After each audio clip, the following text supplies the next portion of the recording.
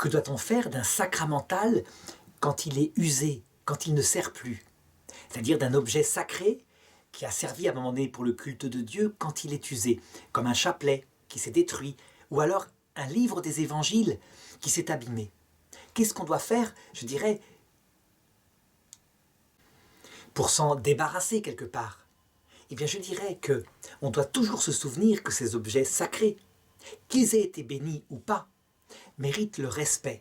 Le respect parce qu'ils conduisent à Dieu. Ce sont des saints objets. La sainteté, là, ça veut dire des objets qui permettent de grandir dans la proximité de Dieu. Et donc, ils doivent être traités avec respect. Ça veut dire que la chose à ne pas faire, c'est de les mettre tout simplement à la poubelle. La chose à faire, qui est la mieux, par exemple quand ce sont des objets comme un chapelet, ça consiste à les enterrer dans le jardin, dans un endroit beau, et avec l'idée que peut-être 1000 ans plus tard, quelqu'un les retrouvera. Et à ce moment-là, ils retrouveront leur signification d'objet sacré, parce qu'ils auront l'ancienneté de quelqu'un qui les a mis en terre.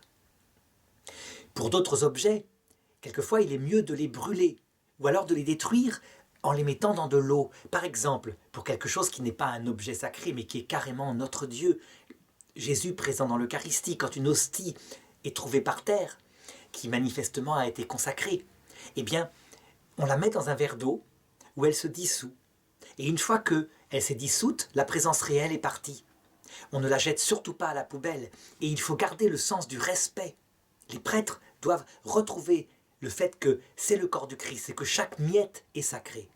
Certains, comme le petit Tarcisius, avaient donné leur vie pour défendre l'Eucharistie qu'ils portaient à des malades, à l'époque de l'Empire romain.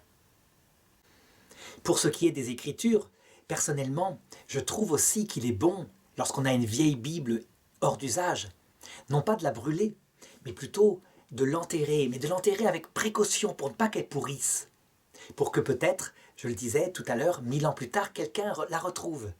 Parce que, je dirais, ces objets-là, qui ne valent rien pour nous, vaudront beaucoup en archéologie pour nos successeurs.